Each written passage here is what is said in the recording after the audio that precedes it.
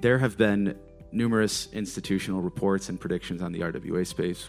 My question for you is, what do you think is the number one thing that will facilitate and scale that growth that doesn't exist today on-chain or off-chain?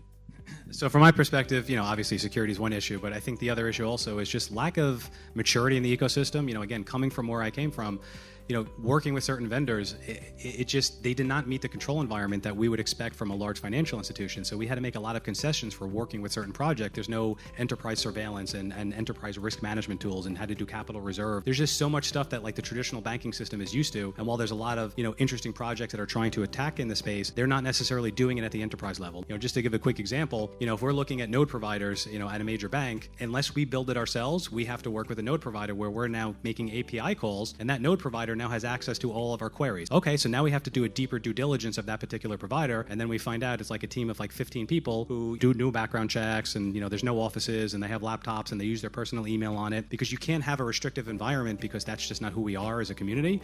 And if you start restricting it like TradFi, then they're going to leave and go somewhere else. So there has to be enterprise level controls and enterprise level tools in order for TradFi to really feel comfortable to really dive into it.